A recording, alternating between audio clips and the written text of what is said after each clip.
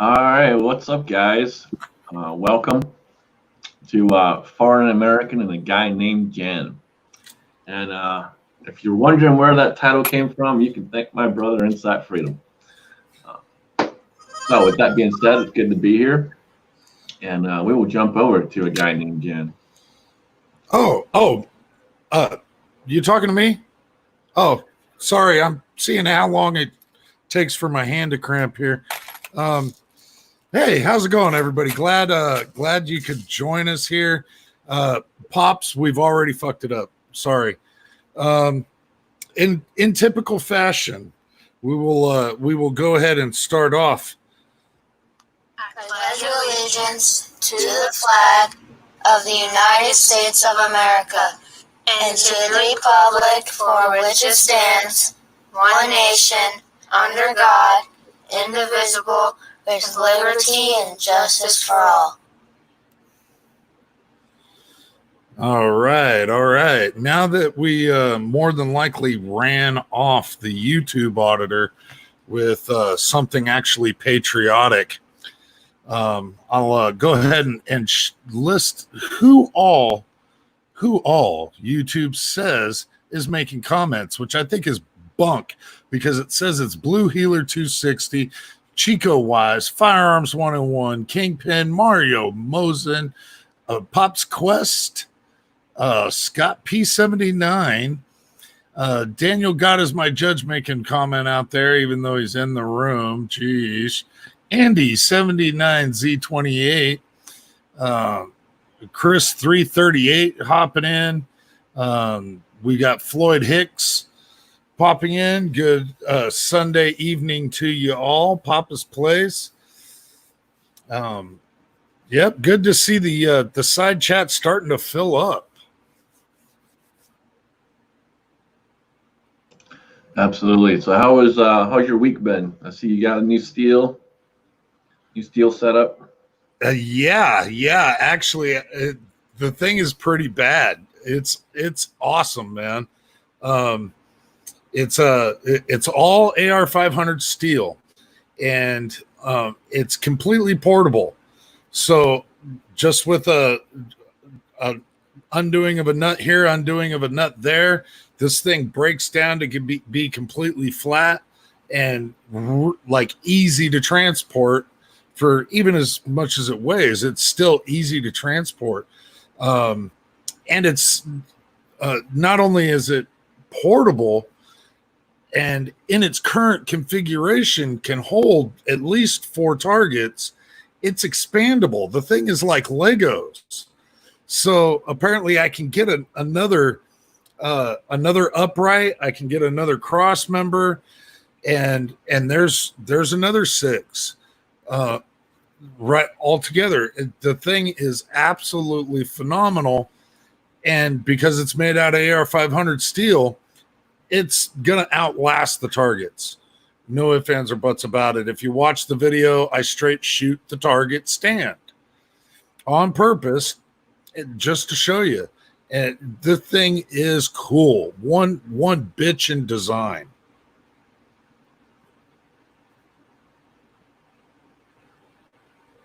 Yeah, I look pretty sweet, man. Definitely look pretty sweet. Yeah, I'm really impressed with it. At first in my video, you can see I'm pushing on it and it moves a little bit, but it don't move when you're shooting it. I literally have to shove this thing backwards to get it to even lean on the legs. The thing is bitching. And yes, Bald, the targets, one of those targets in that video came from Chico Wise himself, and the other targets that are on there are hard target steel. Unfortunately, hard targets out of business these days, which is very disappointing for a lot of us out here in the community. Because he did such phenomenal work. He did it for like pennies on the dollar for what he was selling his steel for. And it was still, I'm running hard target steel.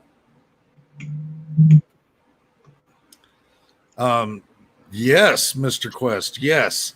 I am under a time crunch because somebody didn't put out the announcement early enough. No, I'm just talking shit.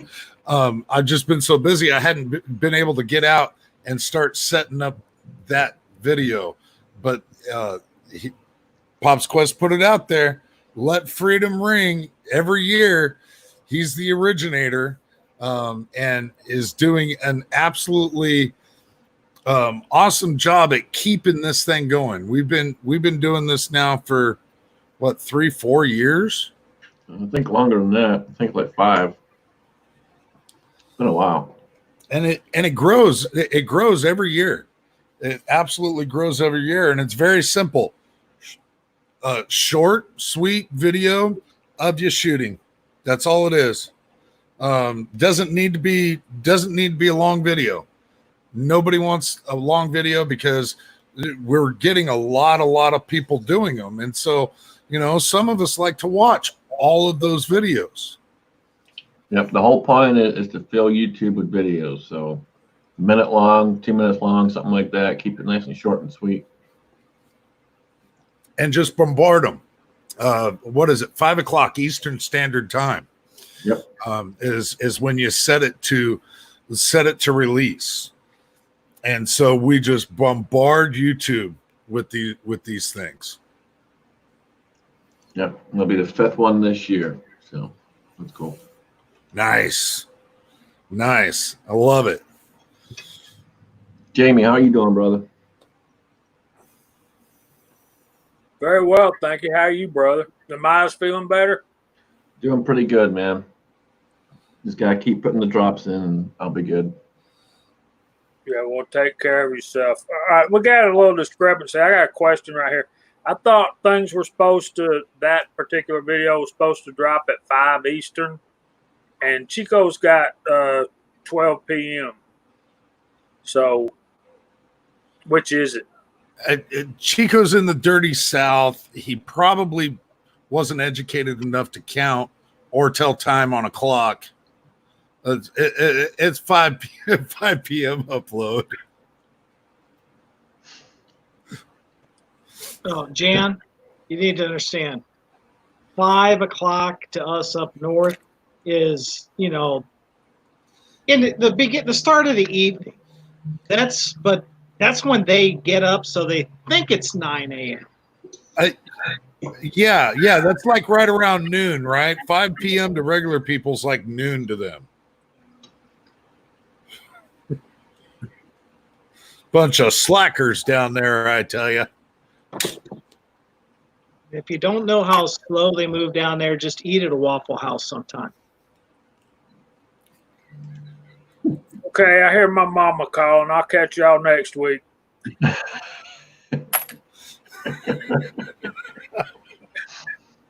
And we got Squatch with us. Squatch, how you doing, man?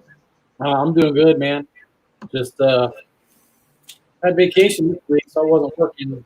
First time in shit since January. I had a day off, so it's been a good week. Me and the wife hanging out down in Virginia, where all my family is, and tearing up the trails down at Hatfield and McCoy. It's a good week. Good week. Awesome. Good deal. Daniel, what's going on with you, man? Okay, can you hear me now? For me personally, not much. Just get to play chauffeur for the wife for a few days. She's getting a bionic knee, and soon after that, she'll be getting another bionic knee. So I'm going to have to get her a cowbell so I can hear her when she rings me. That way she doesn't just pop off a couple shots when she needs something. Other than that, nothing. Just watching all the Amish here in where I live. They're all getting the cootie virus. How many is it up to now? Hold on a minute. Don't be sitting there saying you're doing nothing. So far, you've been on here about, 6 minutes, and you've insulted all the Southern people. Now you're picking on the poor Amish people. Who's next? If you're good at it. I mean, I got to pick on somebody because, I mean, a lot of people didn't understand my last video was about, it was a joke. Start off all serious and stuff and let them know your church security. And at the end of it, you're talking about not sleeping at night and stuff because of the word deer is singular and plural, and hair is singular and plural. Yeah, keeps me up at night. Make all the people feel safe. Yeah. We got our local beaner out there challenging you. Buzz, you ain't the only one, brother. I love the Waffle House too.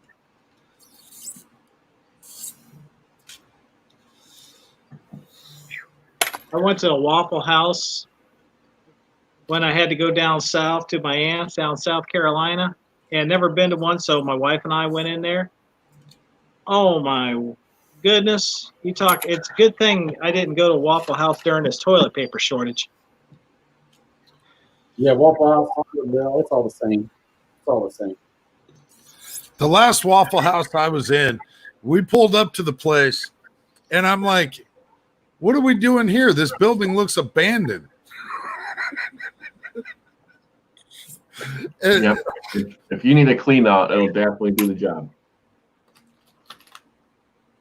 Just get an all-star. I'm telling you.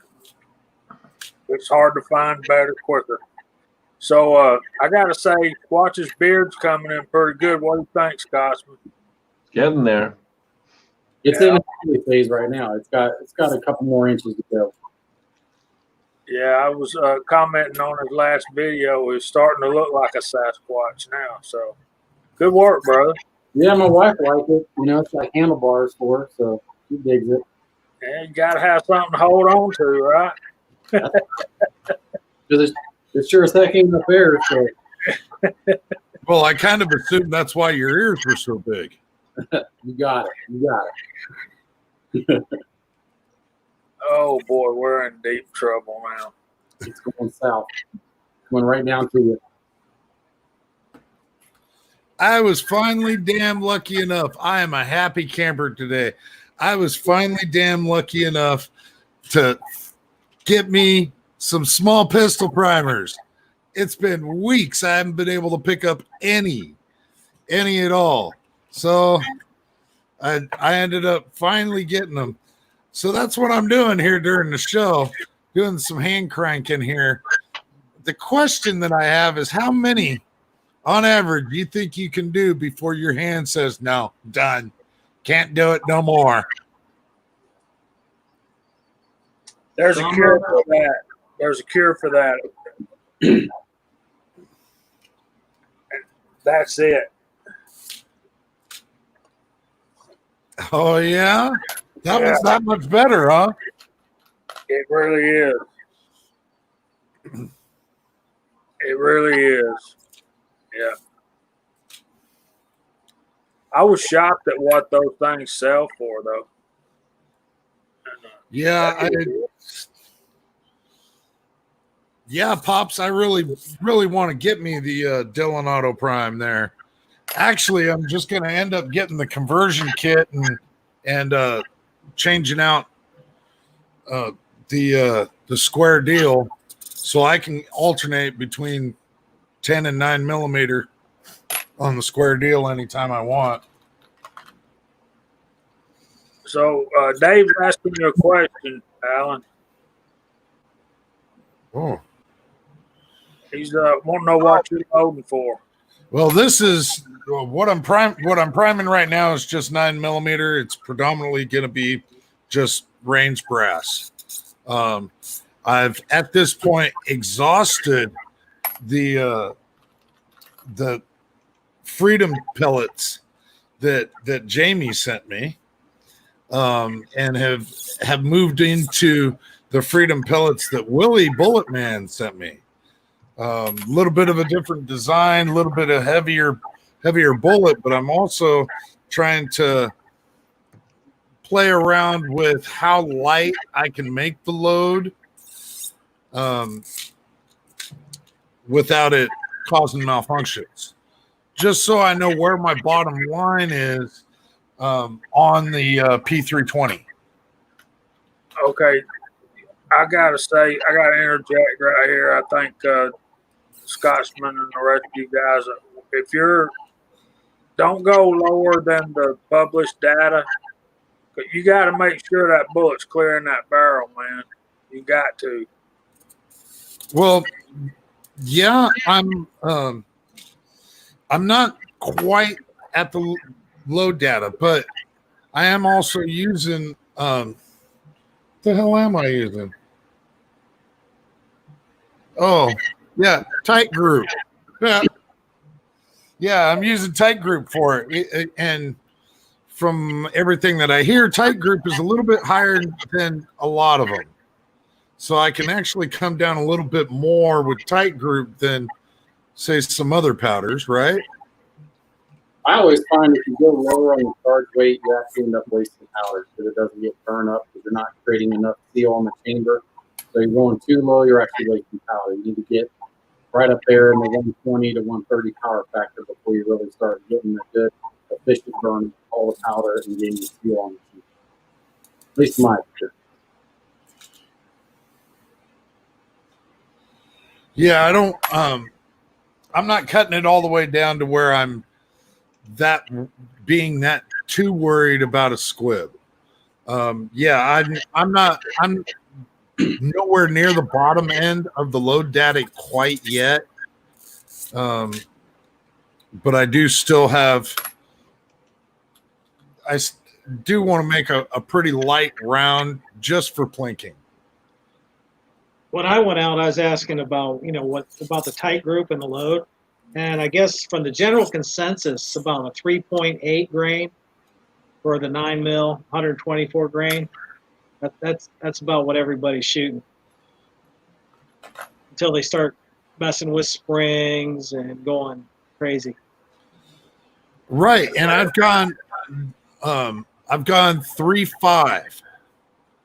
I was loading at 3.8. I'm down to 3.5, and the 320's loving it. It's real smooth, real light, but still is hitting the steel with some definite oomph.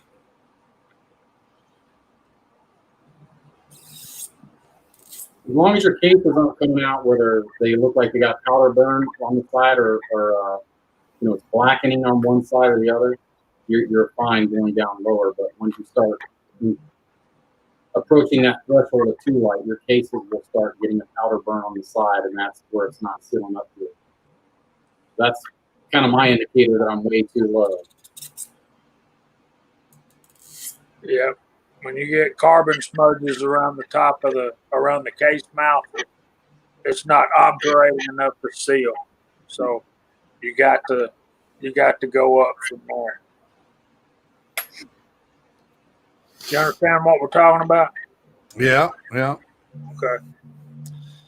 And Cobra out there is telling me to tape my wrist up so I don't have to go with so light or low rounds. Yeah, believe me, my wrists are plenty strong. They get exercise. Hey, so when did you do all the excavation work in there and put that new little range in? That's actually starting. That's been in the works for a little while, and I decided that I was gonna actually finally bite the bullet once the ground started thawing and it was dry enough for me to get back there and start digging. So I'm cutting. I'm putting up 2 panels of railroad ties.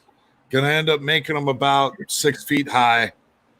So I'm gonna have 16 feet there, and I'm taking all that material and I'm extending where I was shooting at. I'm extending that back. So I've got another bit of room to grow. Further back behind me is a pond, and I'm not going to fill the pond, obviously. So it's not going to be like I'm shooting into a tunnel because I'm going to end up tapering it off on the sides. and I'm going to set it up so that I can keep building panels down my backstop wall. I work on it maybe 6 or 7 hours every Saturday for the past couple of weeks. And I don't know how long it's going to take me to actually get it done, but I plan on building a wall. There you go. No, it looks good, man. You got a lot of work in there. Yeah, it's what's definitely given me a lot of sunburn the past few weeks. I've got a shit ton of railroad ties stacked up off to the side. Still haven't quite decided how I'm going to button all those together. Probably I'm just going to get a ship auger and drill through and pound some rebar in it. And then I'm going to end up taking other railroad ties and setting it at the joints between the two and sinking that in at least 2.5 feet with the ground that we've got out there.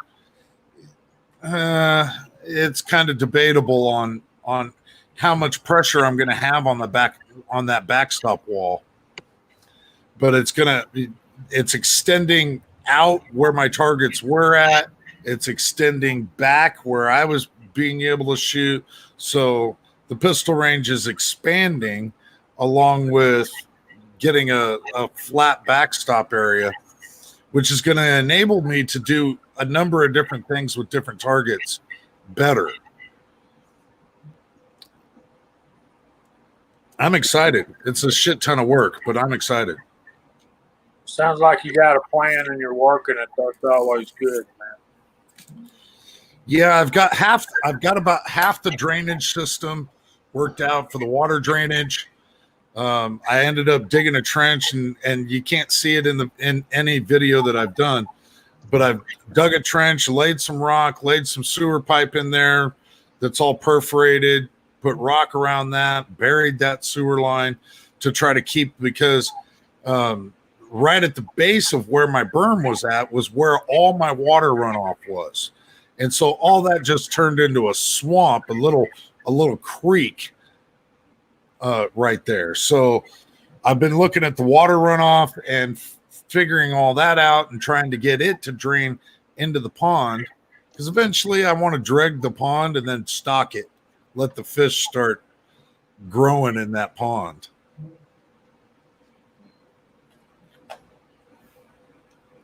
Just don't stand too close. Remember that brass goes everywhere.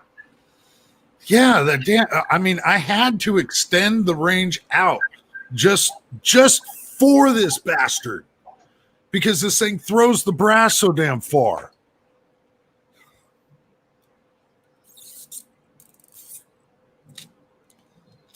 So really, it's been quite cost effective. You know, even if I spend $1,000 on modifying this range, I'm going to make it up just in 10 millimeter brass. Now you're making Chico happy. Yeah, that won't take long either. They don't give 10 millimeter away every day, do they?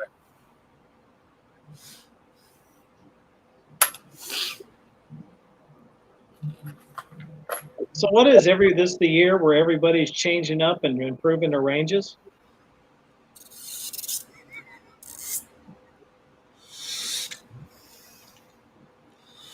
Well, yeah, and unfortunately, you're going to have to be taking care of the wife, or we'd be saying, "Hey, what's up, Daniel? Fix it up." Wait, it's in the woods. I did fix it up. It's in the shade. We don't sweat now. Oh, that's a lot fine. We don't burn. That's the key. Yeah. The first time we went, this summer and stuff, we both got sunburned. My head was peeling down. Scotsman, how was yours? It was bad. It was on my neck more than anything, but it was bad. And I didn't call it Woods Mageddon. It's the Freedom Range.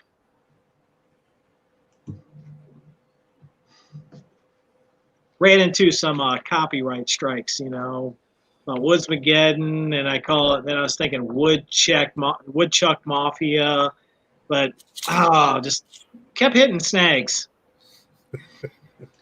Yes, we know beaners don't burn. Damn beaner. Show off.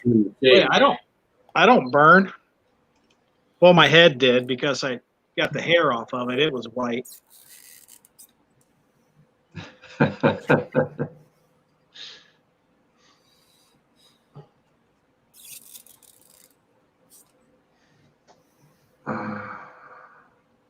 See, the Bald Curious just admitted he's slow.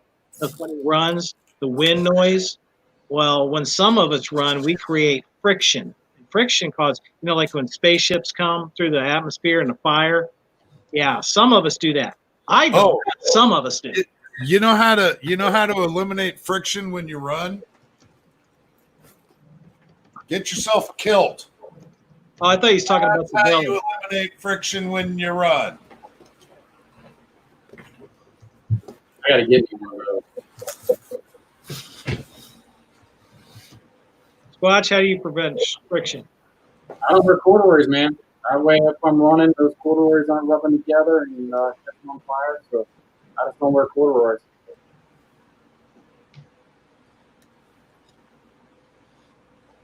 Jamie's staying out of this topic.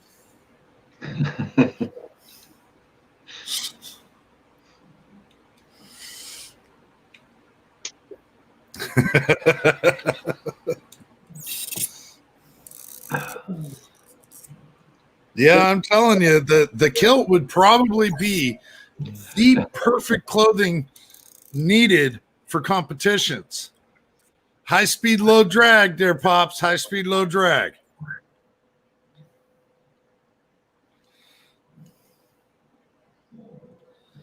This could go wrong in so many different ways.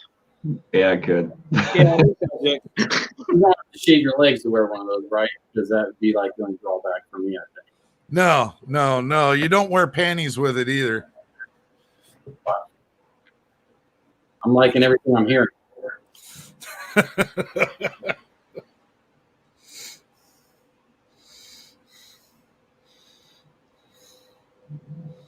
Well, that right there just slowed my progress down.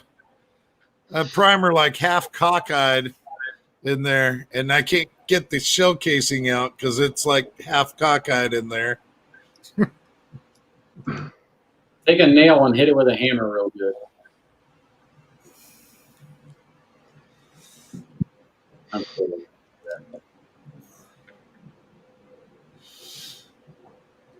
No. There's a saying. And a man that wears his kilt above his knee is a boy. A man that wears his kilt at his knee is a man. A man that wears his kilt below his knee is a liar. There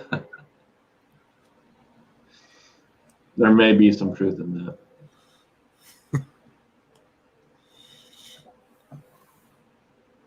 So what's everybody going to do this here week? Anything exciting? So I had to attend this meeting at work, and they were talking about how they were shutting my facility down for 2 weeks. They weren't going to be producing anything for 2 weeks, and how you file for unemployment and then I'm like sitting there going, just wait for it. Other than Heath, your department, and these other people, your department, you guys, you're still working regular hours. Great, thanks. I could have used 2 weeks off. Okay, I'm working. I'm not complaining. So I'm going to be working the next 2 weeks. I'm going back to work Monday, but it sounds like in our local town here in Central Ohio, there's a guy I think he's going to do some flag burning on the 4th of July. So a bunch of us are going to go down and exercise maybe our Second Amendment right and make sure that doesn't happen. That's kind of what we got cooking around there.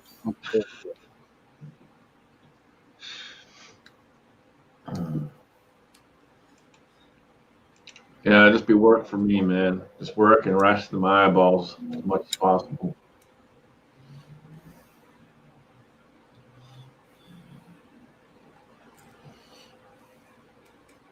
Well, Pops is leaving, so we can talk about his CZ life now. It's kind of going full circle. He's back to shooting CZ at the competitions again. Finally. Sheesh, when was he going to wake up?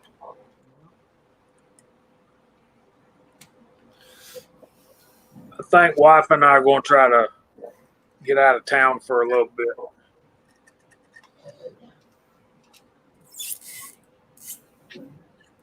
Heading north, heading south, east, west. Well, I want to go to Memphis, and she wants to go to Charleston. Tahiti? So, yeah. Man got to know his limitations. Okay, she wants to go where? Charleston, I guess you're going to Charleston. probably. Daniel knows. Yeah, but I told her, she said, Charleston has a beach. And I'm like, Memphis has blues and barbecue. And she's like, hold on a minute. Let me think about that. So there you go. Well, just bring your dancing shoes because you're going to go to Charleston. Well, about the beach, just tell her about all the COVID cases on the beaches. Yeah, she knows that. And so we'll see what happens. Probably wind up staying at home. We have 4 pets, so finding somebody to come stay with the pets while we go on vacation is a little bit difficult. Oh, you don't have a youth group at your church? Not right now, we don't. Because it's shut down. Well, but usually do. I always just went and got the most straight-laced one, and well, maybe the third straight-laced one, because the first straight-laced ones are always the ones that are getting away with it. Then just had them house set and take care of everything while we're gone. Yeah.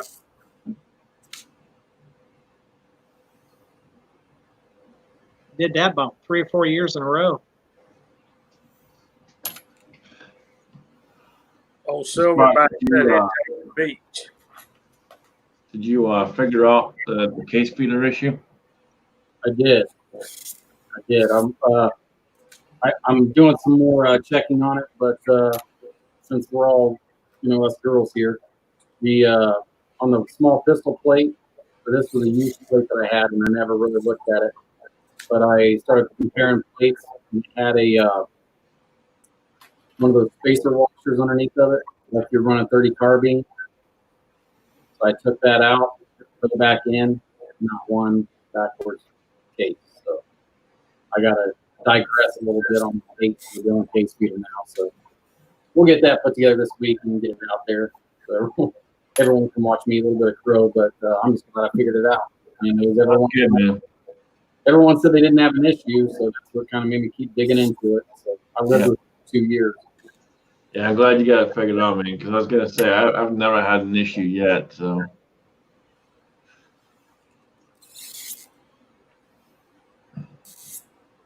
How do you keep your Couldn't figure it out, obviously, you just call Dylan and they'll send you another. Yeah. Thanks for stopping in, Mr. Rich. Hey, Squatch? Yeah. How do you keep your reloading area so clean and organized? Well, my wife is downstairs quite a bit with my reloading room. So, she runs this house with an iron fist. That and I got kids running around. I don't want them to get into stuff. I got 4 kids, so I want to keep things picked up so they don't get into it. Not that they ever get real curious, but you never know. What he's really not telling you is he puts those kids to work and those kids keep it clean for him. That could be too, because my son's area is down there too, where he does video games. So we kind of have a deal worked out that mom doesn't know about. as mom's coming through the door right now. What? No, we're good, babe. Mustang. I wish I had 4 kids, tell you honestly, because then I'd just have 4 single stage presses, just have them go right down the line. Do your thing, hand it to the next kid. That would be a good little test of efficiency there. I'm kind of down for all that. I think I only have 2 single stages though, but we could figure something out. That'd be a good video.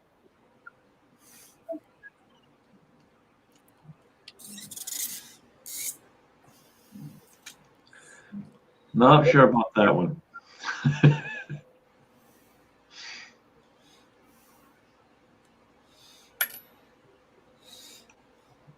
Be careful about making videos about that. I think we've got child labor laws. I was thinking that, Jamie.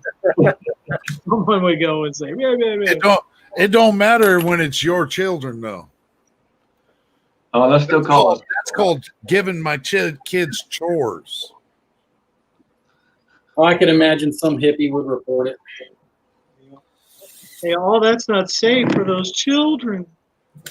If they report you for a mess, they'll definitely report you for that. Oh yeah.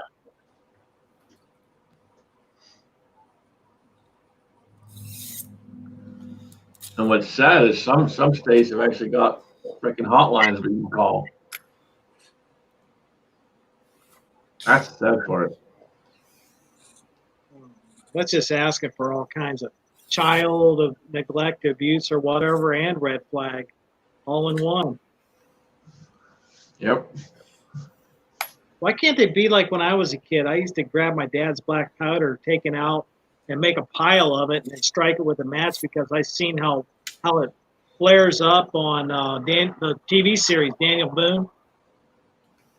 Yeah, I got 3rd-degree burns out of that one. Well, play stupid games, win stupid prizes, right? Yeah, I mean, that's the only way kids are supposed to learn that way. It's called natural selection. When they're absolutely idiot kids, why are we protecting the idiots in this world? The natural selection should be a positive thing in our human race.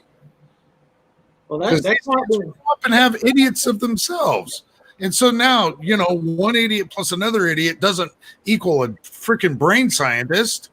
Come on, really. I learned to make sure you watch which way the wind's blowing when you light the powder after that. We are living to witness the generation that never got the switch. And we're going to see them lead this country in a very short amount of time. It all started with the bicycle helmet. I still never wore one of my entire life.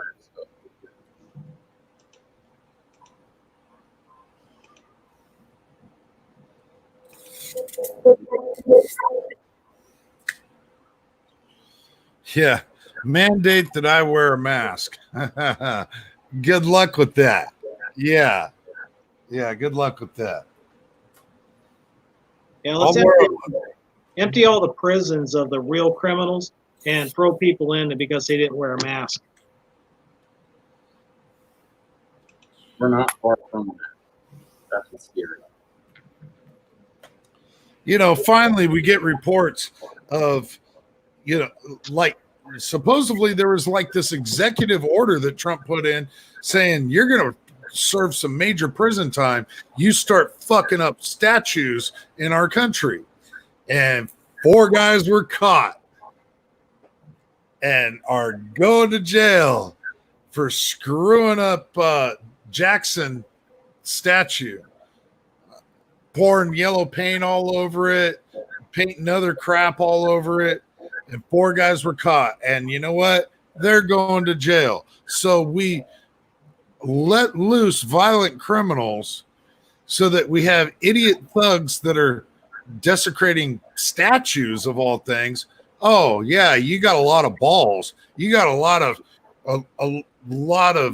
cojones to go just screw up an inanimate object. Yeah, but they're going to jail. I'm happy about that. Bet you those guys wear their kids' kilts about mid-thigh, don't they? You know, history is history. If you like how it went or not, history is history. If you want to abolish the history and try and rewrite history, it's going to happen again. So if you don't like how it went the first time, do something to prevent history the next time. Not abolish it so that it can happen again. That's just my take on it. Okay. PC Bullet Empire's out there. Of course, we are celebrating him going over 1,000 subscribers. Congrats again, Emperor. But he asked me, was our state trying to change the flag again? You know, we changed the flag. I did a little research since I responded to your comment, brother. We changed the flag back in 2003 because we had the stars and bars on there, and that was offensive to some people. So we went back to the flag that we had before. We put the Confederate flag as a backdrop on there. So, not that I've heard of. Have any of you guys heard anything about Georgia trying to change the flag again? No, I haven't heard anything, man. It's stupid, though. They got to stop all this crap of kneeling down for people's feelings. You guys hear about the in Ohio? There's a petition to change the capital city's name from Columbus to Hoovertown. You guys heard that? I couldn't understand what you were saying, buddy. I don't know if it's my connection, but in Ohio, they're trying to change the name of Columbus, Flavortown, to do just that, get rid of the capital city. Yeah, and unfortunately, we got DeWine in office, so it'll probably happen. It's about he's a rhino, there's no doubt about it.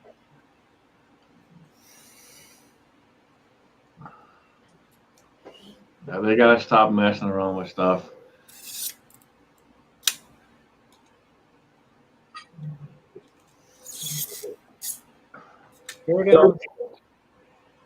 AR gun 1776. What part of the state of Georgia are you in, man?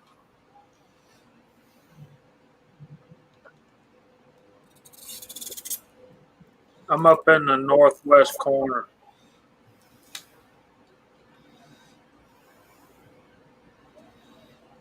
Man, I don't want people to go through their life being offended by stuff.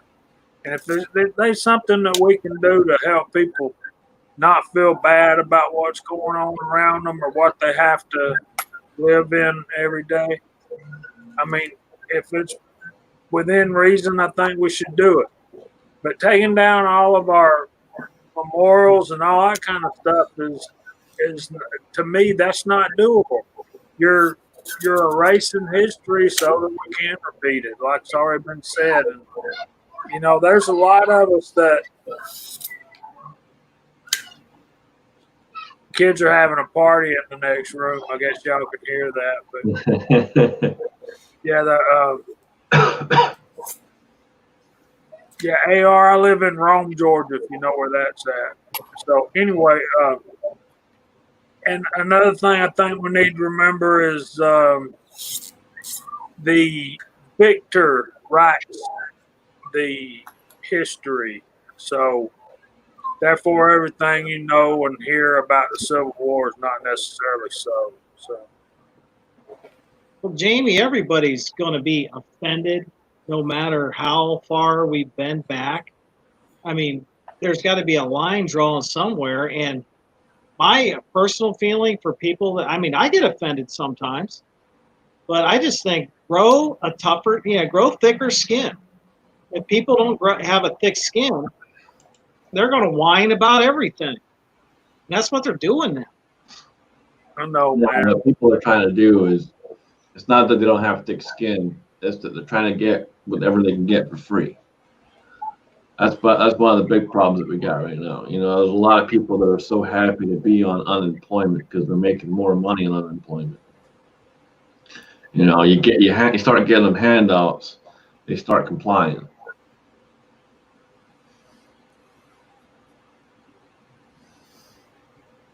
You know, Yeah, it's like at my work. You know, they're gonna be shutting down the plant for a couple of weeks, and there's plenty of people that are gonna be making more on unemployment than they would working. So, you know, they're like, hey, why would I want to work? Why would I? Like, it's They brought a guy about back the to work. almighty dollar. They brought a guy back to work a couple weeks ago, and he was like, "Man, I was making $1,000 a week." He's like, "I didn't want to come back, but I didn't have an option." It's you know, it's ridiculous.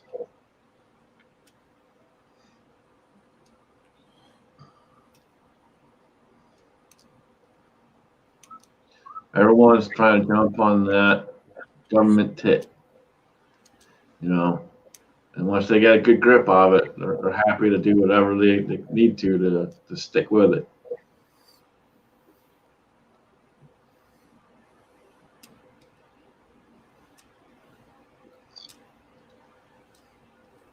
Yeah. Yeah, I was about to read that. $4,000 a month to stay at home. Yeah, it's ridiculous.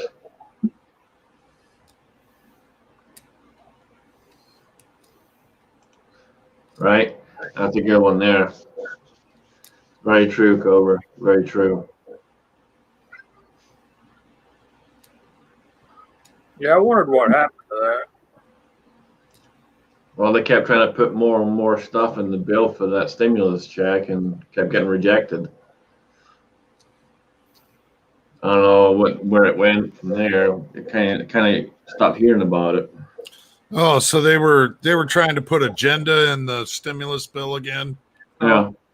I've been actually out of the loop on that, very much so. It's kind of rare for me to be out of the loop on something like that, but that does not amaze me. They were trying to do it with the first checks, and they were already getting so much backlash that they were probably like, oh, well, we'll just wait until the next time this comes around, and we'll go ahead and do it then. A few weeks ago, I was reading that they were looking at putting it out after this break that they're on for the 4th of July. So it's going to be out sometime in July. And there was 3 different propositions, the 3 different groups of what they wanted to do. So Now, I don't understand. How do they get so many breaks? How do they just not work for as often as they do? they make the laws. And they vote on how much they're going to make and how much vacation time. Well, yeah, they got a raise. On average, every senator got about $36,000 in this last stimulus. So, it's piddly change to them. But they could just like, oh, we're not going to work. We're taking a break. Oh, we're not in session. The rest of us can't do that. The rest of us people can't do that. They don't have anything else to do, like make a budget, balance the budget. You got to run for politics. Yeah, you're already retired. It works just fine. Retirement sucks.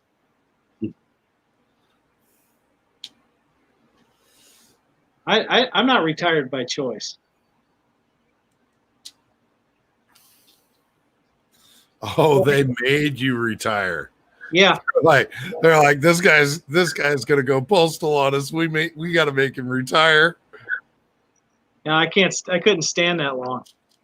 It's for me to work anywhere. It's required that they have a bed for me to lie down in. Really, I got paperwork that says it. Well, I mean, there's jobs where you can do that. I'm not going to go elaborate as to what's entailed in those jobs. Well, but at 25 cents per, it's not worth my time.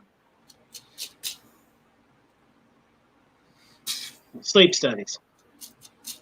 I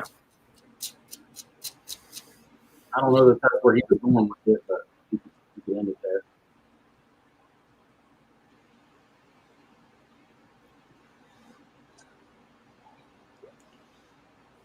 Sad, Sasquatch. Audio was a little rough there. Yeah, I got some connection issues here. I'll see if I can get it. Oh, that freshened up. Yeah, that's not. That was better. Yeah, that came in real good, Squatch. Yeah, one of the problems with the way our Democratic Republic was established is that some of the founding fathers said if people realize that they can vote themselves something or money or whatever and decide to take advantage of that, eventually the government that we set up will implode on itself. And Jamie, the book Starship Troopers, when the teacher is giving the class a lesson, he went exactly right over that on what the downfall of the U.S. happened because everyone voted themselves not to have to work and get free money and free stuff. And that was back in the late 50s. Heimlein wrote that. So there's the little trivial information in 40 seconds of y'all's life you'll never get back.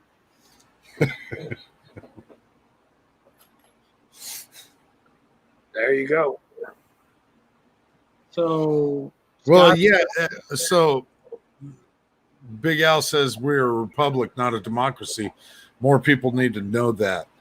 And that's so entirely obscured these days when our own senators and politicians can stand in our houses and proclaim it to be a democracy and not just get stomped on is one of those things that just baffles my mind.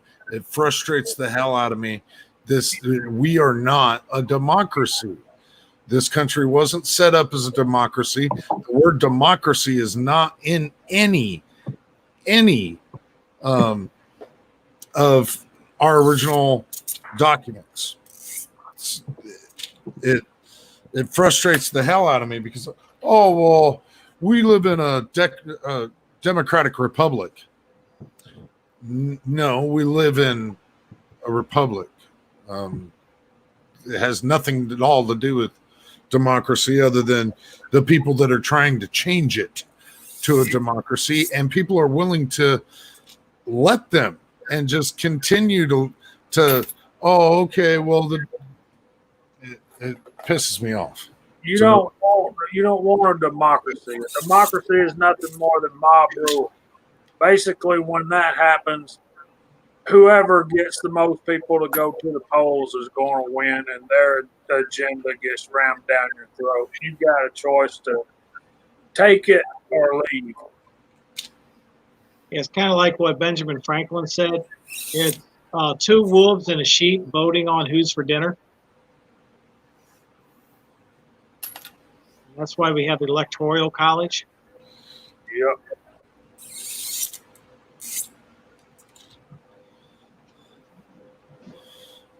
But if it wasn't a democratic republic, there's got to be some sort of a democratic framework because we wouldn't be voting if it wasn't a democratic. Yeah, and that's why they keep pushing the mail-in voting system, because there's already been a couple of high-end Democrats that have come out and already said that if it goes that way, they'll steal every election from now until the end of time. Oh yeah, because you're gonna rig it every freaking time. And this junk going on in Seattle for that whole CHOP thing. A friend sent me a link to a video. This guy that lives in that area, he went down there. He started ripping down the barricade and stuff. And then one of the CHOP kids went over there, started mouthing off, and the CHOP pulled a knife out. He just like put it down now. But I mean, with looking at what are they going to do? Keep defunding all the police, where you're just going to have the locals, and you're going to have what do you call it? Posses, but what's that word for it? When just you go out there and kill people who break the law, the locals. Without, what is that? Come on, starts with a V.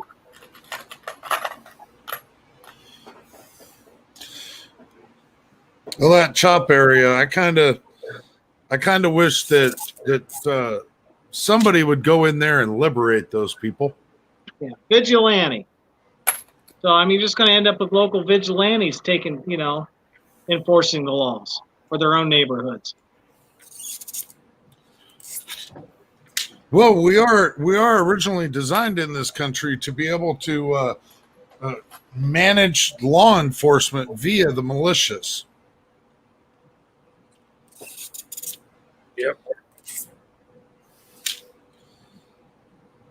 Yep. But nowadays they would call the militia a domestic terrorist group and let all these supposed non-violent people just take whatever land you want, take whatever buildings you want. We won't bother you. Just go ahead and you want your own country, but you want to keep our money. Oh, okay, that's fine, baby. That's fine. It's fucking bullshit. That should be state. That should be every state. Yes, sir.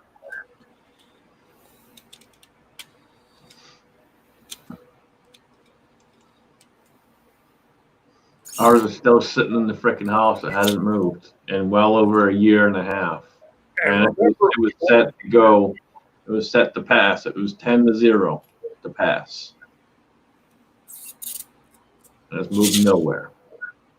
I don't want to get people started again, but you remember we were supposed to have gotten what's the word? Constitutional carry reciprocity when our great representative, the NRA, made a deal on bump stocks. Y'all remember that? Yep. Where are we now? Yeah, just Same carry place we are. reciprocity. They're not willing to abide by the laws that were set originally by the founding fathers. We're not asking for everything under the sun. We don't do things the way they do it and whittle away at the laws and try to get the way we want it. No, we want our legal ability to carry a firearm, to keep and bear arms, and be able to cross state lines, because I should be able to do that as an American citizen, because that's what the law says is as an American citizen, I can keep and bear my arms. It doesn't matter what the hell the states say. So why the feds are allowing states to continue that? Leftist agenda. It's All right. Cobra, that's good, man. But I've got a concealed permit too, but I can't carry in every single state.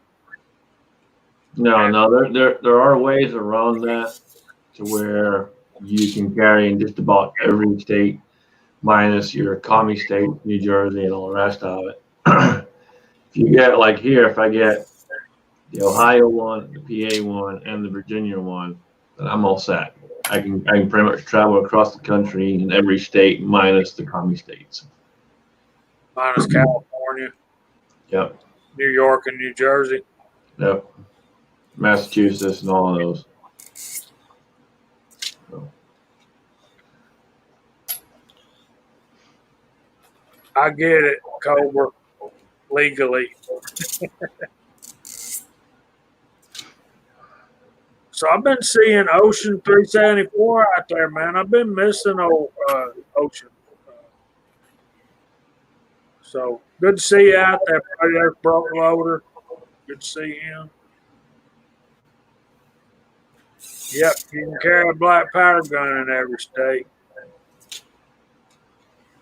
You can carry a black powder gun, but you don't whatever you do, don't carry powder or bullets. Bad boy. Yeah, you can still order black powder guns through the mail. Yeah, Have the U.S. Postal Service drop it off. Why? Because they don't feel threatened by that, I guess. Why that's any different with anything else is really kind of dumb, but nobody ever accused him of being intelligent.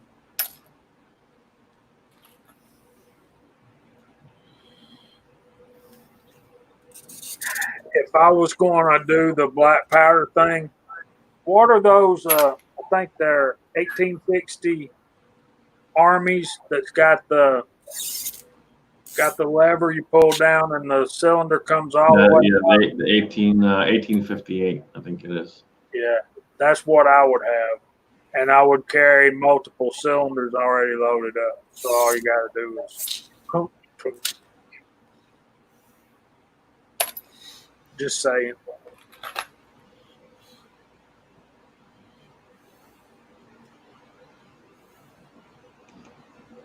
Yep, 100% right.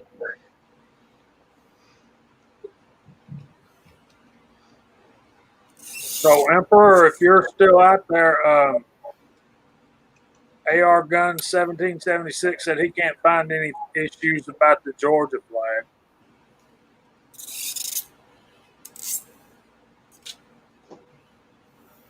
Which is different now than the flag I grew up with as a kid. I'll say that.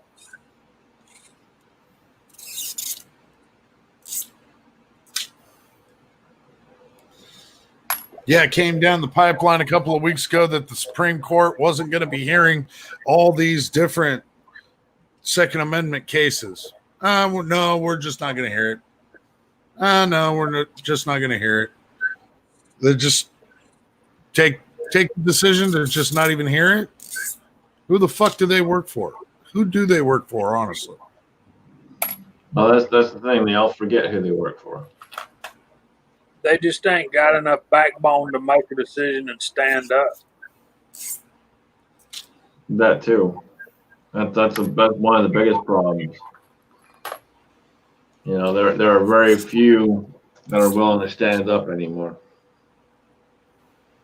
Man, damn! There was another shooting in California at a Walmart distribution center. Oh yeah, that was earlier today. Guy drove a vehicle. We're into it. 2 people killed, 4 others injured. Well, y'all pretty much are my news. I won't watch the news anymore because it's full of depressing crap like that. Oh, you mean Walmart, where they won't even sell ammunition anymore? Jeez.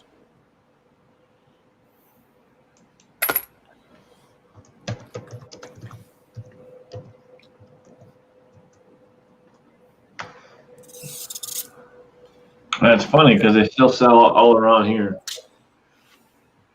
Every Walmart I've been in around this way is all still selling ammo and guns. Well, and you would think here in the heart onto the heart of corn country, it would be something similar, but no, it's definitely not the case. In all actuality, even 9mm is kind of pretty scarce on the shelves right now.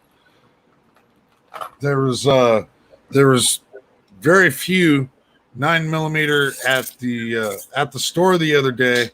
That luckily I was able to get a whole bunch of primers finally.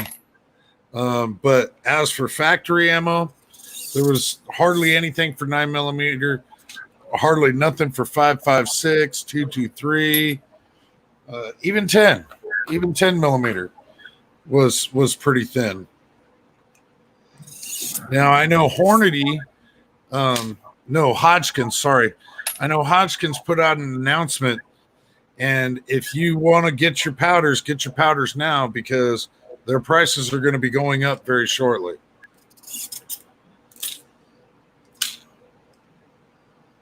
Have you heard anything at all about that, Scotsman?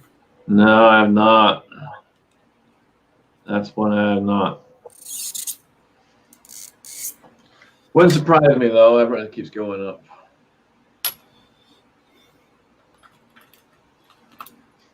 Yeah, I'm not quite sure if it has anything at all to do with the whole Federal and Winchester contracts debacles.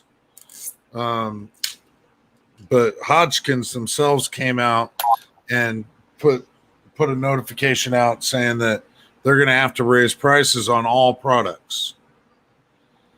So right now is the best time to be picking up extra powder. No. I use Alliant powder, so I'm good. I still got plenty, man. I got a ton of powder. And our local store down by Daniel still got plenty in stock too, so I'm not too worried about it.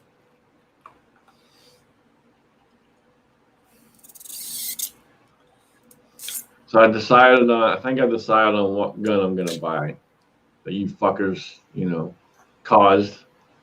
Oh, the Karma Fund has a possible decision. Yeah, I believe so. I think I'm gonna go with a Beretta 1301 Pro.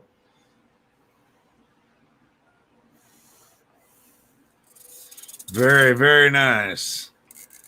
It's pretty much all set up, competition ready, minus the extension tube.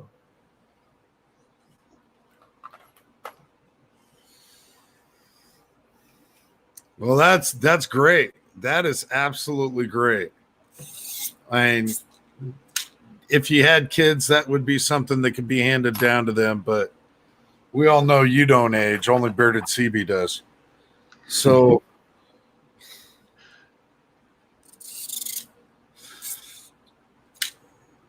Yeah, so we'll have to go down and order it more than likely because they probably don't have it in stock. So.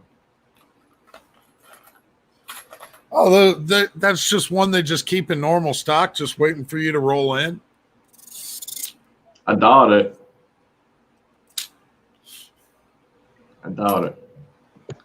They're like, we know Scotsman's going to buy one of these sooner or later. Just go ahead and put it on the rack.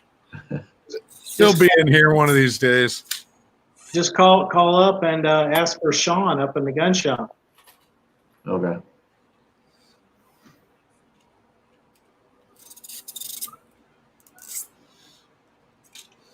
Well, that's awesome. That I'm glad to hear. I'm glad to hear that. Not only is it's something that you wanted or that you were wanting, that will get you into other things, but it's even more of an upgrade than what you were looking at before. Yep. Yeah, it's brand new this year, so it looks sweet. I knew they were coming out with one. I just didn't know when. But I was doing some research last week, and they're finally out, and it looks pretty sweet.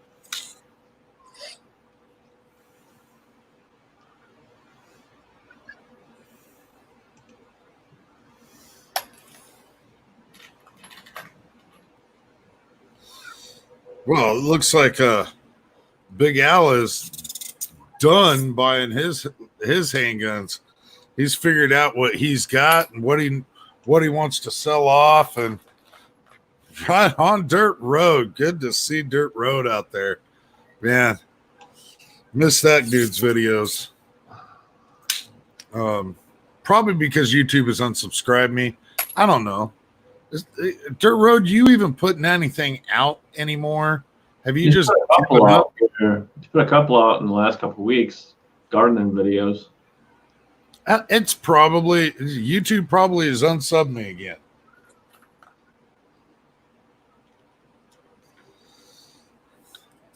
That would not be a surprise. Like I had to go hunt the link to pull up the side chat on my phone for this particular live stream. World's getting crazy, fellas. It's getting extremely crazy. All right. Well, hey, I'm gonna have to sign out here, and All right. I just got one question: who's cutting stuff with scissors? Oh, that's okay. It sounds like you got scissors and you're cutting. No wonder his hand starts aching.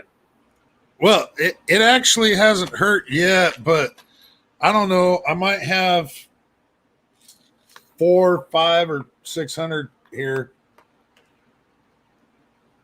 All right. Well, you guys take it easy, and Scotsman, I'll be talking to you here in a day or so. All right. Sounds good, man. Good to see you, Daniel. Thanks, Daniel. Good luck with all that. It's fine.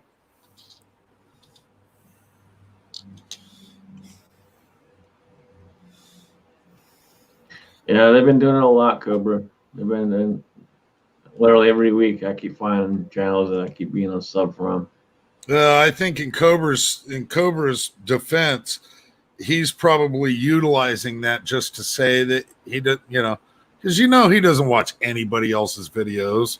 He makes a video and he just puts it on repeat and watches it until the next time he makes a video. So I'm just wondering when he's coming out with the Midland sponsoring him video, because everything he's been doing lately is Midland radios. So Yeah, when's the announcement of the sponsorship?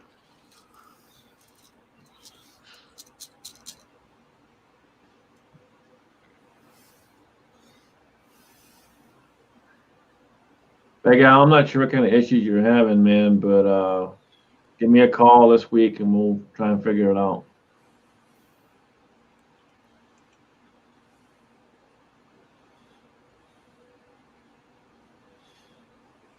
Yep, he's trying. There you go. He's trying for it.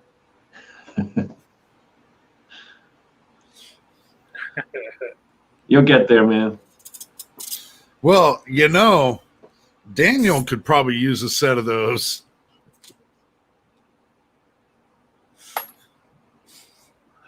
I'm pretty sure he actually has a set already.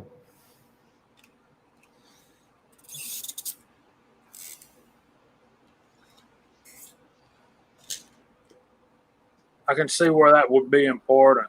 A lot of people are talking about CB radios coming back too.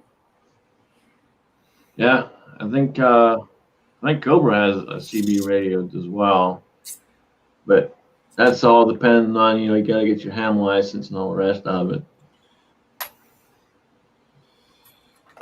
Well, and there was some speculation a few months back that the FCC was going to lock out the standard citizen band radio frequencies. So, I mean, if you're a regular radio guy, that's one thing. But if you don't know anything at all about just general citizen band radios, those frequencies have been around forever. And we were given to them. We were given those as former military intelligence. They used to use those frequencies for the military only, and the military found something bigger and badder. So they said, "Oh yeah, you guys can have this. They're completely outdated to us." But now the FCC was talking a few months back about blocking those particular frequencies. Why? I don't know. They want to eliminate the spread of information somehow. Yeah, they've always been around since I was a little kid. Back in the 70s, there was a big time CB radio boom. But y'all all know if one of the first things that's going to go away is our cell service is going to be done away with. Well, and that's what everybody depends on nowadays. And for Right. years, because I was a long haul truck driver, and I started getting into CBs, and then I started figuring out better ways of boosting those signals, using linear amplifiers and all kinds of things like that, and then figuring out how to bounce the frequency off the atmosphere. And I would sit in my driveway in Northern California and talk to a guy in Japan every Thursday night with a radio that supposedly I needed a license for. I'd never had a license for it. It's not like I interfered with air traffic control or anything that I know of.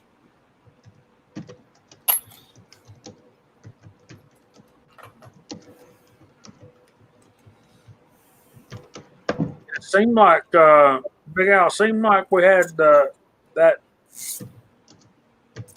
CB radio craze was a little bit before Smokey and the Bandit came out. I think that was part of what drove the movie Smokey and the Bandit. But I could have it backwards. I usually do.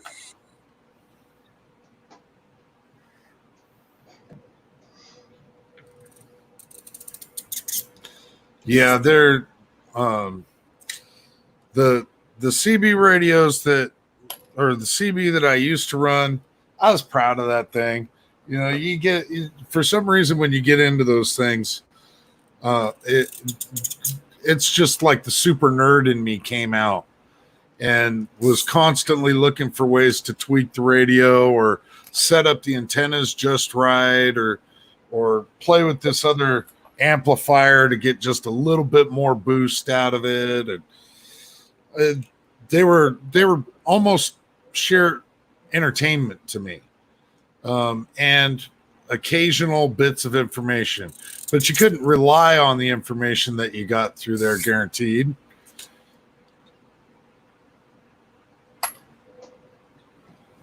You got that right, Big Al. Big Al was a player, man. I'm telling you.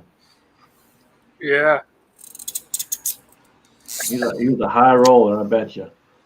that game. Especially when you're rolling through certain parts of Nevada and they're like, hey, all you burly truck drivers out there, we got free coffee and free showers. Come on in. Yep. Man, those D104s that was the thing. And then if you had license, you could put up a linear out in the back, 1,000-watt amp. That's when you could really do some skip talking. And Radio Shack back in the day, man, that's where everybody went to buy their components to build their own stuff.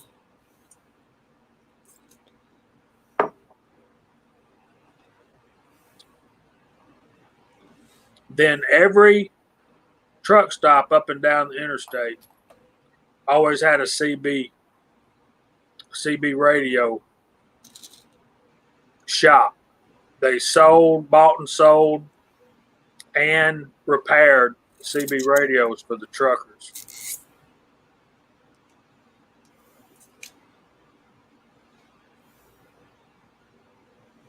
So you guys need to get those things out and get them tuned up and working, because there's no telling when you're going to. I need to blow the dust off of those. Yeah.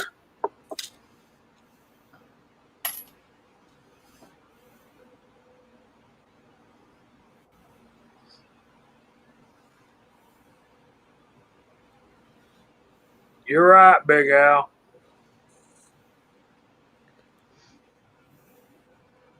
So when are we going to see Jan jump into some competition shooting? Oh, that's definitely going to be a minute out. That's definitely. I'm more into survival mode, and prepper mode. Instead of focusing on stuff that's going to be of that nature, all my stuff right now, I'm focusing on shit hits the fan, how am I going to deal with it? I certainly wish I could be a little bit more into something like that. I don't have the time. Not like you do, but you're going to anyway. In competition, that almost sounds like too much fun to me at the moment. I'm more worried about accumulating supplies, and I want to get a couple of classes under my belt in the next couple of months. I've been waiting for my boss to come back so that I know when I can take some time off. Hopefully I can catch a couple of classes in that time frame. It's what I was saving my vacation for anyway. And yeah, that's just kind of my mindset right now. They're starting to open back up here, so I'll hopefully get out for a couple this year. Big Al's never seen me shoot a pistol if he thinks we'd make a great team. That'd be pretty hard to get us all together. That's quite a spread right there. Yeah, but man, it would be fun. It would. Absolutely would. I don't know if you guys shot any competitions yet at all. I have not. No, man. Once you get out and shoot one, you'll be hooked. It doesn't take much. Well, I think they have them down in Taylorsville, probably about 20, 25 minutes from me, out the back way. So that might be something. I got one of my best friends. I hadn't talked to him in a while, but he does that a good bit. So I need to go over. He's got a little semi-range set up at his house. I need to take my stuff over with some of my reloads and just run what he's got. He's got some steel set up at his house. So that would be fun. So back to what Alan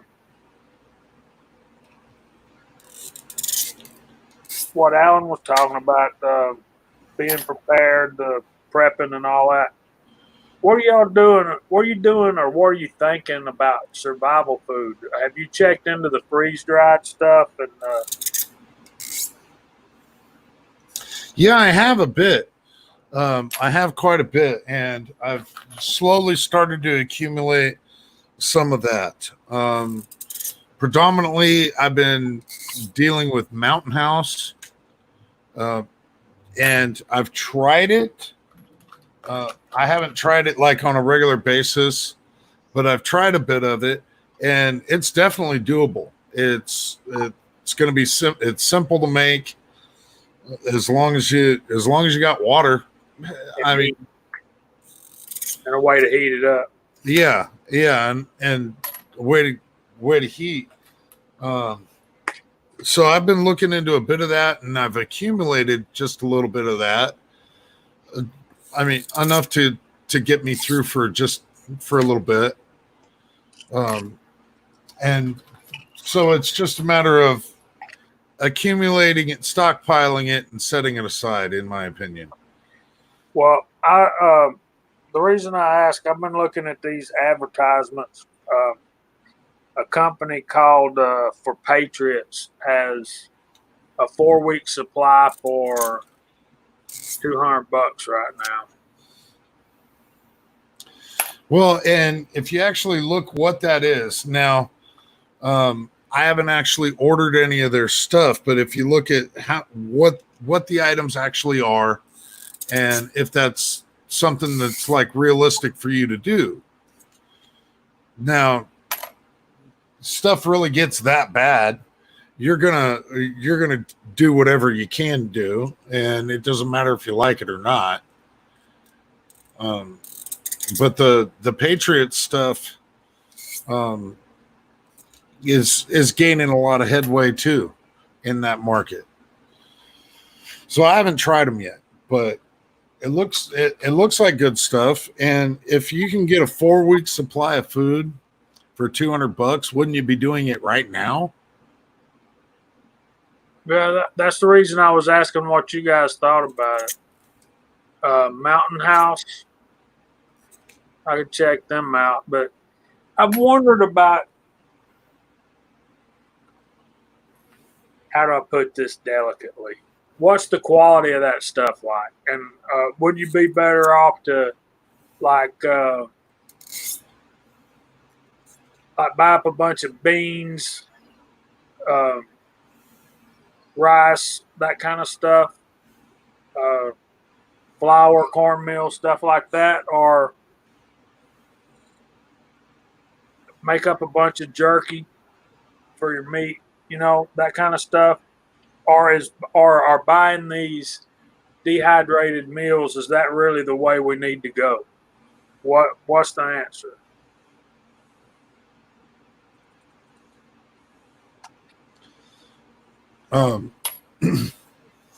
Yeah, for me, it all depends upon how long you expect to keep it around. Well, that's my point. The things that I were looking, I was looking at claims that they'll be good for 25 years. I don't know what a bag of rice, how long it's good for.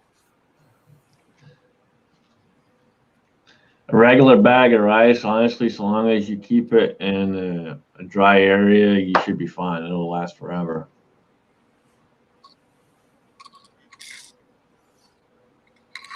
I mean, I got, when all this crap came out, I went ahead and just picked up some of the staples just to keep on hand, just in case. So I got like a 20-pound bag of rice sitting back there just in case I need it. But they'll last forever.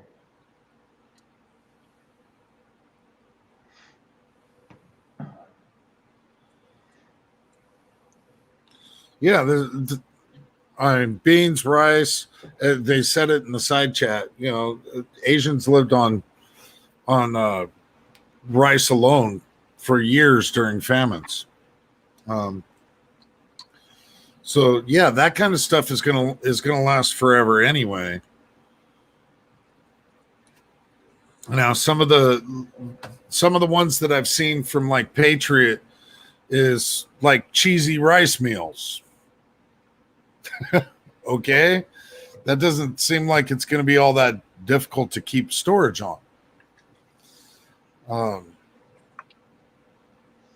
But it's not just plain rice. You got some kind of variance in there, and I think a lot of that is if you're going to have kids that you're taking care of,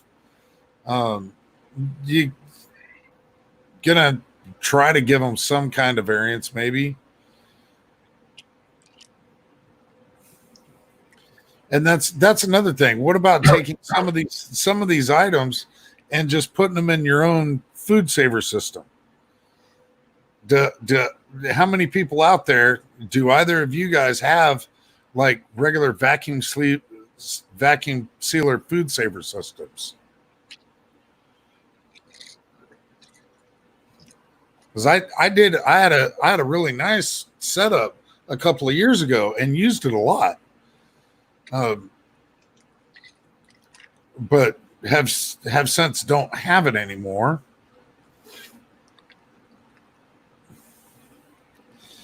Yeah, I see people say that all the time, Hank, and no, I have yet to see it at the Walmarts that are in my area.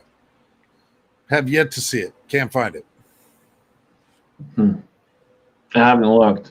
I don't know. I'll take a look next time I go. So that's a good idea, Floyd Hicks.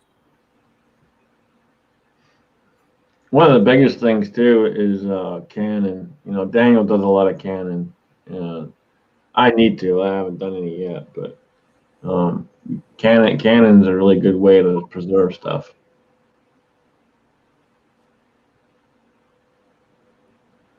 Yeah, that first bite AR though, man, that's gonna be kind of like you taking your first reloads out to the range. You know what I mean? That first bite of a 3-year-old can of salmon. He put in a mason jar. Yeah, but it's either gonna be good or it's gonna kill you deader than hell right now. You know what I mean? I've had some deer meat that Daniel's canned up before, and that was a couple years old, and it was perfect. Perfect. That's great. You'd think you'd have thought it was fresh right out the can.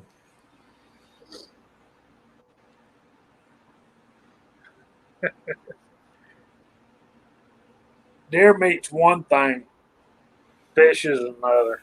I don't trust fish. I just don't. That's why you just eat sushi. Sushi's better. You don't have to worry about it. It's not cooked. Yeah, but if something does go bad like that, like society crumbles, whatever, you're not going to be able to count on getting game animals down the road because everybody's going to be killing them off right away. And that's the trouble with the deer. When I first got old enough to deer hunt here in Georgia, deer were very rare. And that's because during the Depression, they all got killed and ate. And we had no deer. And then the state started bringing them back in. You said the deer was very rare. I would just say cook it a little longer. But, that's exactly why. You're going to have a lot less animals out there because there's going to be a lot more people sourcing their meat that way, which is why I give my dog a tablespoon of barbecue sauce every morning.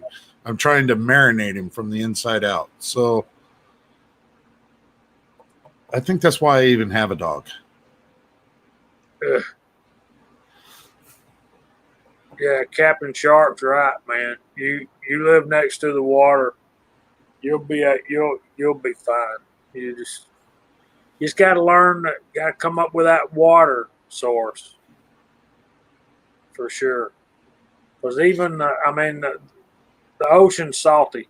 Okay, you got to find the.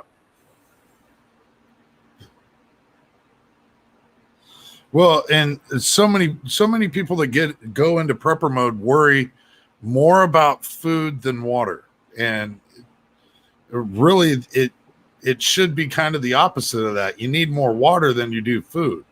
Yeah, you need to eat, but you need more water than you need food.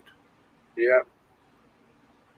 And ink and ammo, we got plenty of deer around here. Rabbits are starting to make a comeback.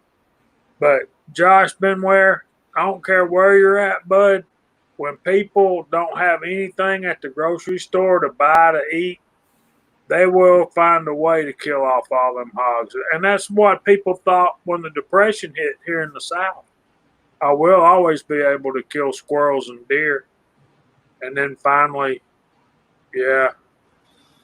Well, that's what stockpiling the rice is for there, Bald.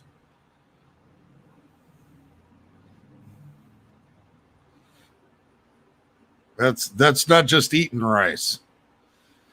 That and learn how to grow potatoes. You'll be fine. Bald, that shouldn't be a concern. That should be something you can do for yourself.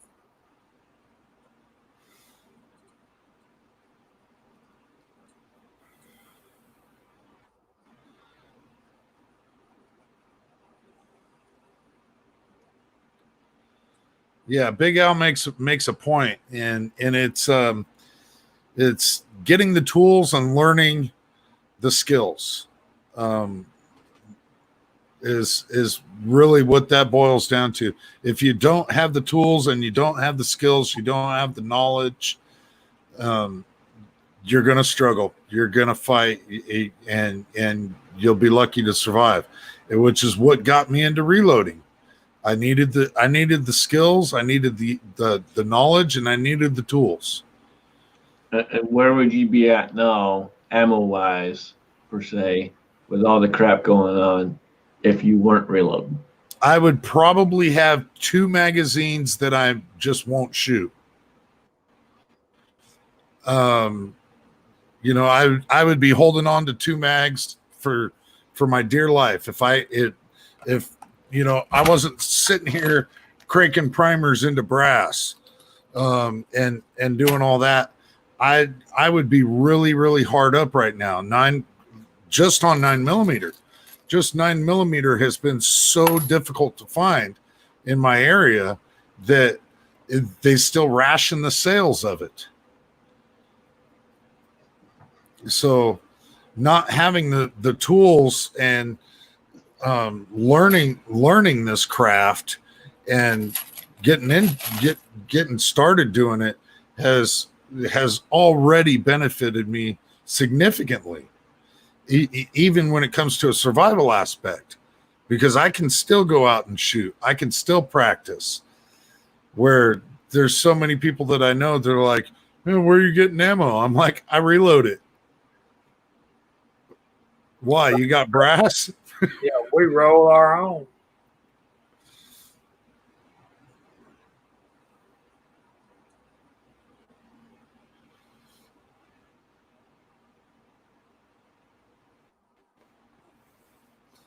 Yeah, and at some point I'm gonna have to roll into rifle. I'm just gonna have to bite the big one and start loading rifle too.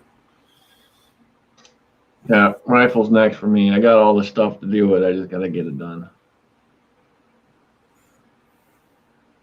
I just gotta start getting prepped up and getting ready for it and get it done. Yeah. I've done 223 before, and it's not so bad. The biggest bummer, really, the drag of doing 223 and 5.56 is the brass prep. Yep, that's why I gotta get going right now. I gotta get all that prepped up and ready and trim what I need to trim and all the rest of it and get it done. You tend to, particularly with the 5.56 brass, you tend to break depriming pins. I've broke a couple in the process of getting prepped up, but I ended up picking up the Squirrel Daddy pins, so hopefully they don't break. I've broken a Squirrel Daddy one before. I'm just saying. I hope that don't happen to you, but it's happened to me. You know, I mean, I expected something to break at some point, but those Lee pins break pretty easy too. So No, the Lee pins break way easier than the Squirrel Daddy ones. I think I've got 3 Lee over there and 2 Squirrel Daddy ones. I think I've broken probably 5 Lee already in the last couple of years. Yeah, that's what I'm talking about. They usually end up bending sideways. Yeah, and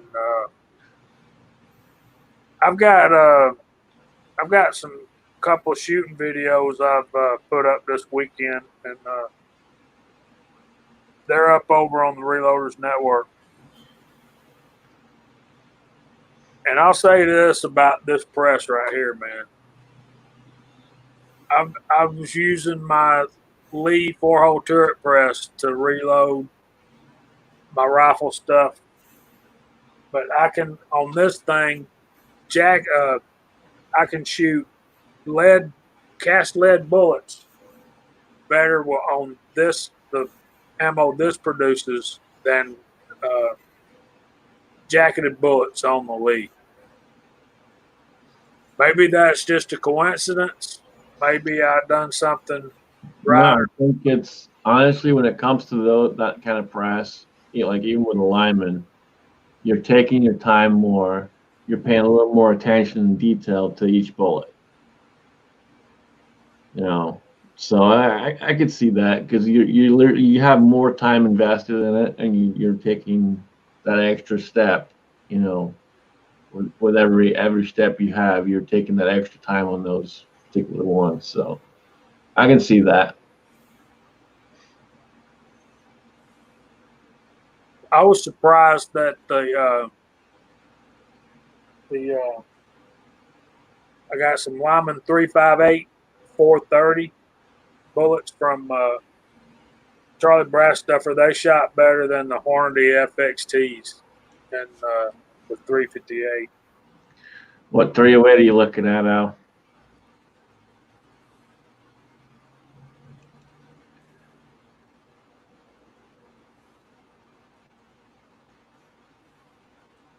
Incan Ammo, thanks for showing up, buddy.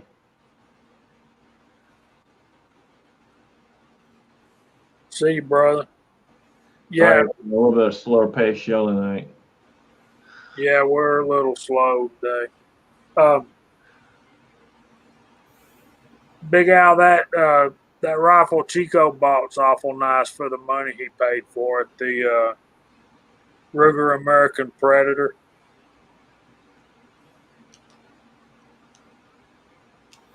Bolt action single shot. That'll be fun. Yeah, that'd be a nice one. Get you a nice little Winchester or something like that. That'd be nice. Or if you can find a Model 70, especially a 364 one. Yeah. And probably set down a satchel for that, though.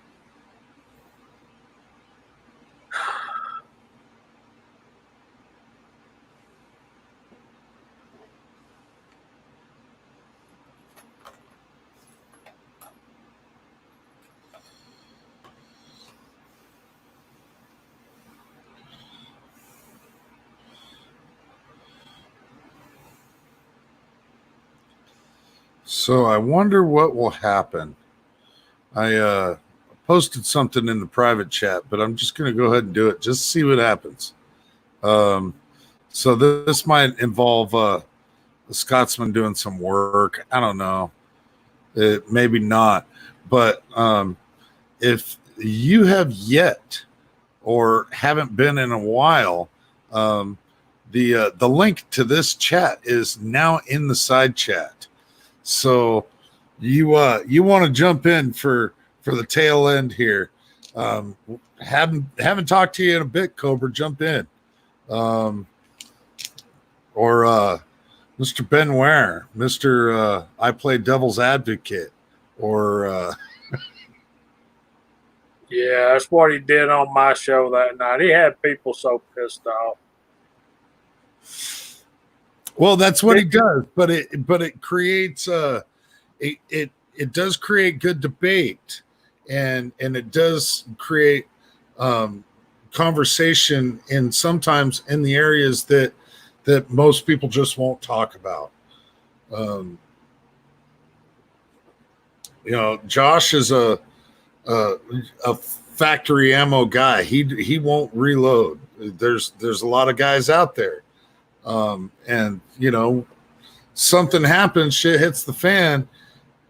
You best have a lot of ammo that's already stockpiled up, because if you're not going to be able to put it together yourself, you're going to be bartering for that. And I know you don't have enough bottles of liquor to get ammo from me.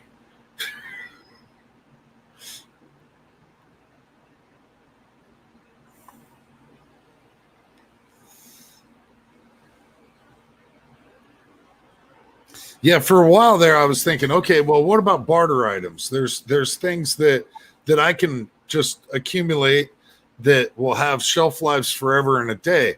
Let's take bottles of booze, for example. These are going to be sought after commodities. Who's not going to want a bottle of whiskey that was already aged 20 years and worth 3 years into shit hits the fan? All of a sudden, the price for alcohol is going to end up going up, and can this be considered a barter item? And somebody told me, barter items are not a good thing to have. Just not a good thing, because then they're going to end up coming after you to take your barter items. If they know you got it, they're going to come to try and take it. I'm like, it's not a national registry.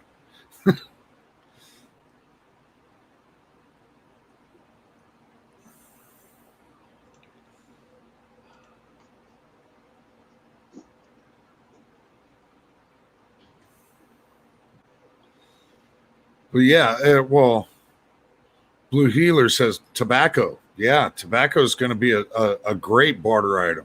That's going to be a great one. Bottles of booze, lead, even for the casters out there, you run out of lead, you're going to want to trade for that.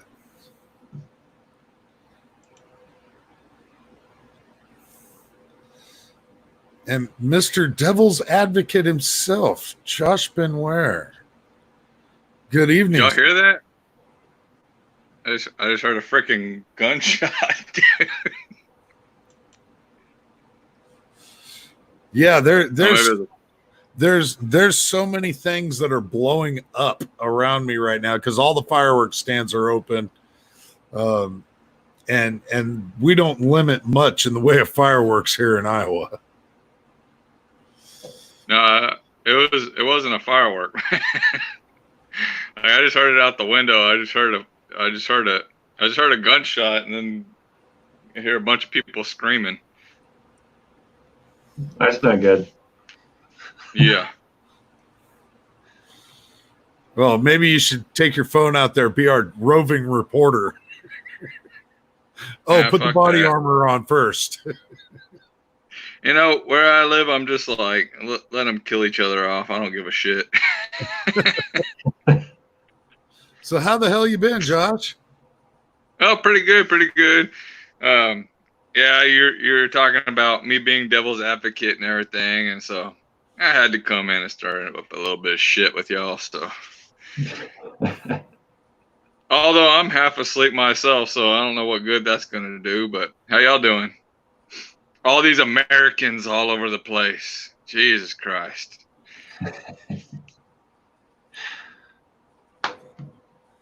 It's the week to be an American, man. 4th of July is next Saturday. Yep. Antifa is coming.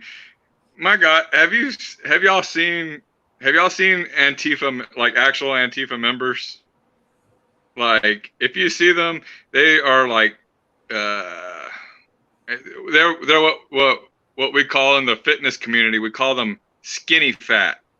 In other words, they're skinny and muscle, and then they have chub, but no muscle underneath, nothing, they're just basically, they look like people that crawled out their mom's basements, and they are not intimidating whatsoever. Well, if you talk about things that I agree with, it's hard for me to play devil's advocate. The majority of these people already have yellow fingers from all the Cheetos. Yeah. But the reason why they keep their faces covered up is because any exposure to light will cause them to burn. Yeah.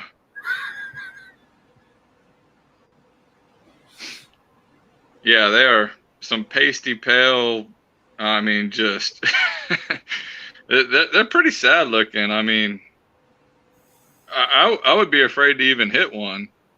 I would be afraid of getting murder charges or something. You really I'm serious. I'm not even joking. Like, I think I would kill them if I punched one of those guys. They are fucking you really pussies, can't man. fear for your life because look at them. Well, no, I wouldn't use deadly force, but if I punched them, I'm just using force. I'm afraid I would kill them. They're that fragile looking. I've never seen an Antifa guy that looks tough. That looks like rough or hard or like he would like anything that would fight back or put up a fight.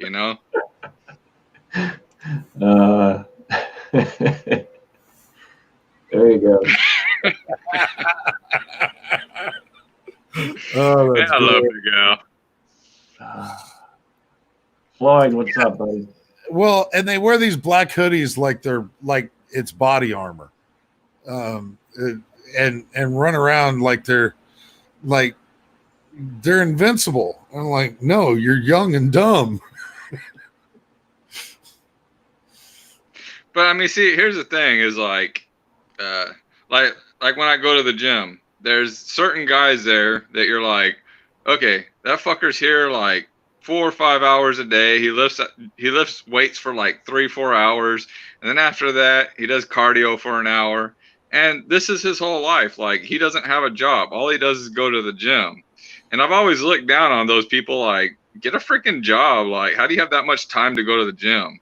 You know, most of us go in there for like 45 minutes to an hour, and we're grinding to get that in. And these fuckers are just living in the gym. And then you see these Antifa guys, and they can't even do that. You're like, it's like, what? You're too lazy to do anything. Like, you're just a sloppy mess, you know? No muscle, nothing, just slop.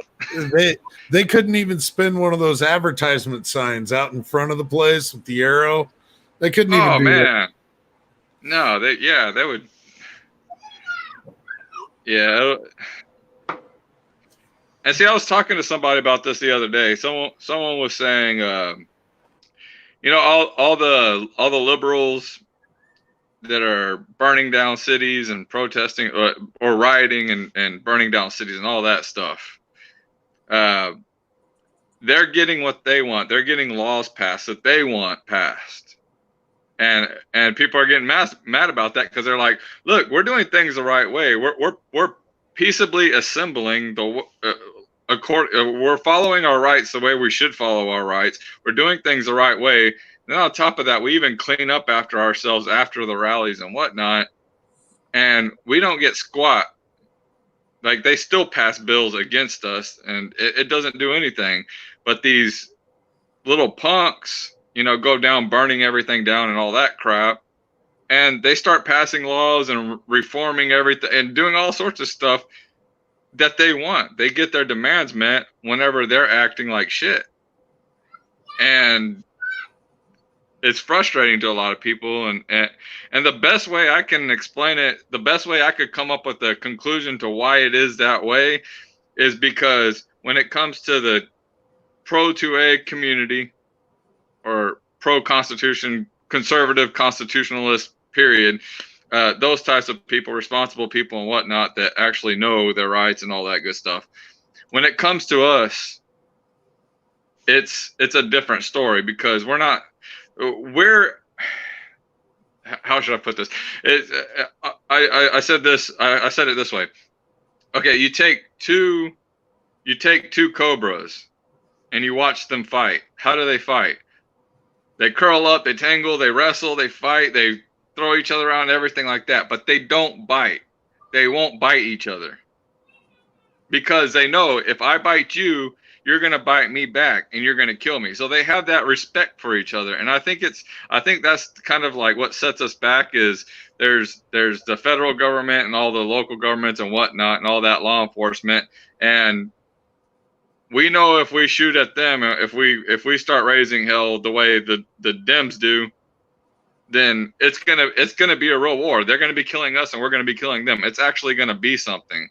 Whereas with all these little liberals that are burning down cities and all that crap, it's just like they don't take them serious like that, like deadly or anything like that. They just take them as they're just whiny little bitches, and I'm tired of hearing their bitching. Just give them their way. You know, like if your wife keeps nagging at you and you're just like, ah, shit, just fucking take it. You know, like I don't give a shit. And that's kind of like the way it is with them. But with us and the federal government and everything else, it's like, you know, two cobras. It's like, not sure if I want to quite bite because I know you're going to bite back and this is going to get fucked up real quick, you know? So that's the best I could come up with on why it is that way, you know? Yeah, it's only going to get worse before it gets better. Yeah. But Alan, Jan, you only have 2 mags of defensive ammo. I am very ashamed of you. Well, if I wasn't a reloader at this point, I would have had like 2 mags, but that's not exactly what I said. No. As for defensive ammo, I've actually got quite a bit of it stockpiled. I've got quite a bit of critical defense and critical duty, and I've got a bunch of other miscellaneous. I've even got some Winchester self-defense rounds. the training and defense rounds. Oh, Now, okay, yeah. I've done used up the training rounds, but I haven't shot all the defensive rounds. So I am sitting on some of that stuff. Do I shoot it when I go out shooting? Yeah, I still shoot some of the defensive rounds every time before I leave the range. But you know, if I wasn't a reloader right now, I'd be a little bit more hurting for practice rounds, like Oh, okay. real bad. I would be down to 2 magazines for practice rounds if I purchased all of my practice ammo. Oh, okay. That's, I thought you were saying for defensive rounds you would be down to 2 magazines, and I was like, you don't stockpile defensive, like, because I mean, me, it's like I got 50 cal cans filled with defensive ammo for like everything: shotguns, ARs, AKs, like my preferred defensive rounds, 9mm, 380, 38 special, everything, 357 Magnum, everything loaded up for all that stuff, defensive ammo. And then it's like the practice ammo, plinking ammo, or whatever. That's just for practice and competition. For me, it's like if I run out, I just don't compete anymore. I just don't practice anymore. There's still dry fire, so fuck it. You know? So, but I thought you were saying. Andy makes a really good point here too. It's very easy to make your own hollow points, and that's something I'm working on too. Because hollow points are harder to find. All you need is a drill, right? No, not exactly. There's Willie Bullet Man. Hey guys. Oh shit! Thanks for letting me come on. Willie can make them. Well, Jamie, got it all apart. And I then, blew my 358 Eagle up today. Blew this bitch completely apart. Shattered the barrel extension, destroyed the bolt, destroyed the upper. Holy crap, man! Wasn't one of my reloads, but I'm not going to say it was a bad barrel either, you know. Damn. Have you figured out what was I'm wrong? not hearing you guys. What's going on? Have you figured out what happened yet, Willie? Let me sign out and sign back in. I can't hear you guys at all. Sorry. oh wowzers! So I wasn't going to say that, but I'm glad he did.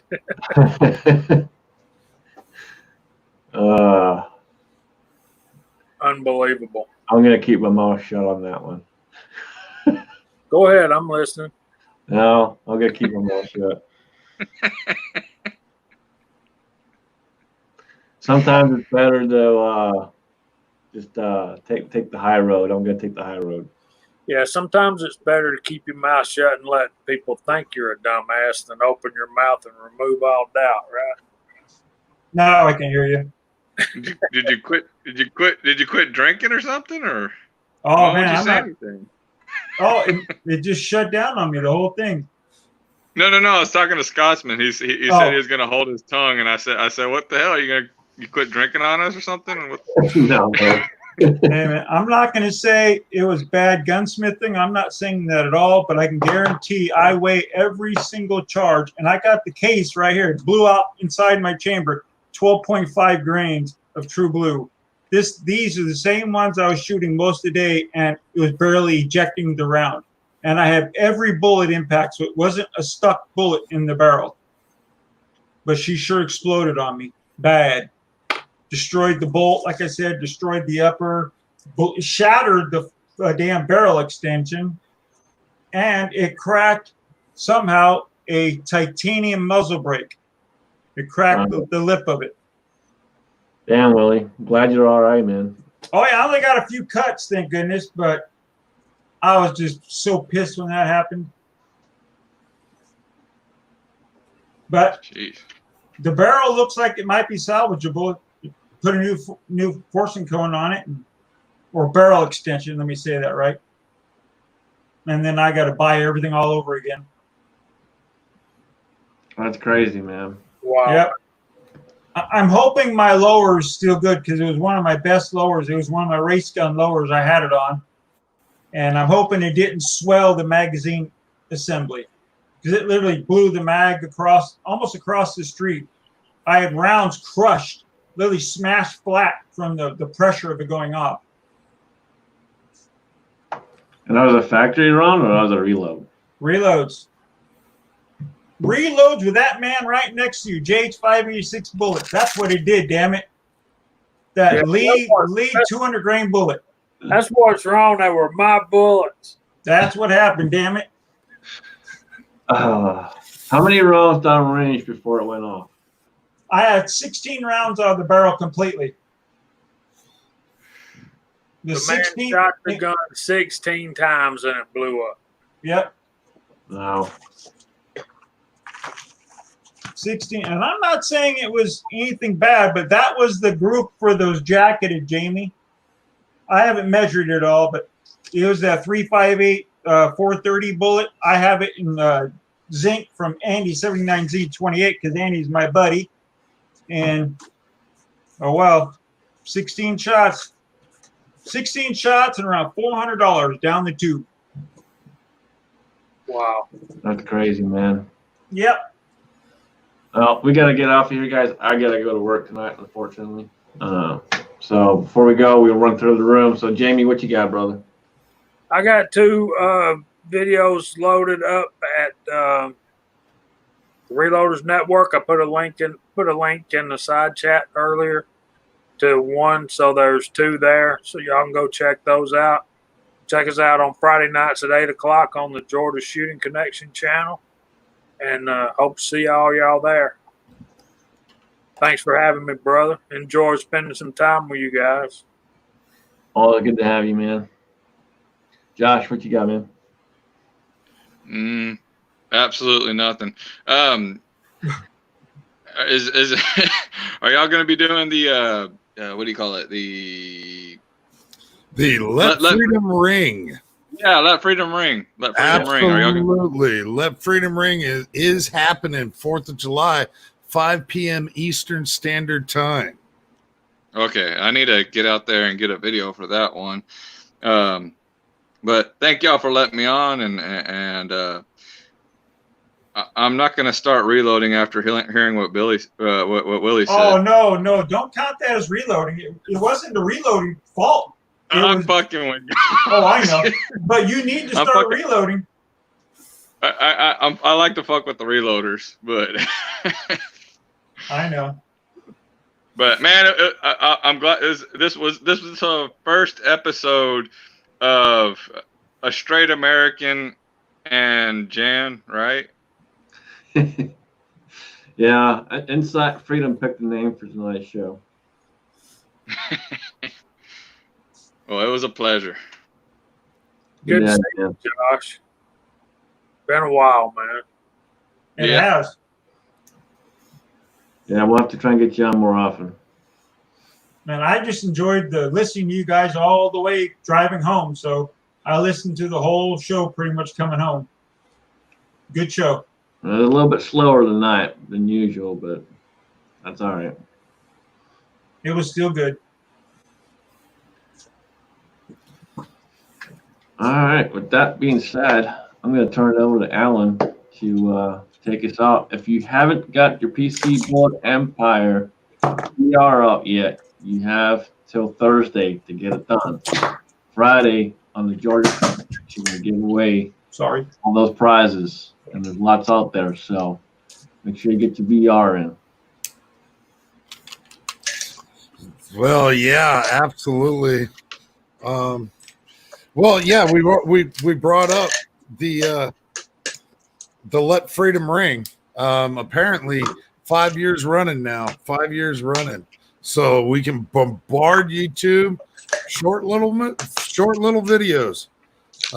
Just go out, do some shooting, film it. If you've never done a video before, this is your chance to do a first one. Very simple. Just film yourself shooting, post it up, have it release at 5 p.m. Eastern Standard Time on the 4th of July. I expect everybody to have one. Can I add one thing to that real quick, Jan? To everybody in the side chat, for those of you that just started your YouTube channel or whatnot, when I started my YouTube channel and I participated in the first time that I did a hashtag Let Freedom Ring, I met so many new gun channels, and met a lot of good friends because I participated in that. And a lot of people were checking out all the hashtag. They click it in the search bar to find everybody that does it, and they search for all the new channels or channels that they don't know about that did that channel. And you'll come across a lot. Like if you're a new channel, you're going to come across a lot of people that you didn't know before, a lot of good people in the community. So those of you that are new to it, do it. Definitely do it. You'll meet a lot of great people. And that's all I wanted to say about that. Absolutely. Good point, man. Good point. Great point. Yep, absolutely. YouTube makes it harder for us to band together these days, and so that's positively one way of being able to seek out birds of a feather. Other than that, I've got some stuff that's on order. Don't know when it'll arrive, and when it does, I'll be showing some of that stuff to you. I've pretty much done with the JH rounds. I'm moving on in my 9mm to the Willie Bullet Man rounds. So looking forward to sending them beauties to their demise. Other than that, I want you to remember to keep your 10mm loaded and one in the chamber. Thank you very much, everybody. Appreciate you being here. Have a good one, everyone. Jamie?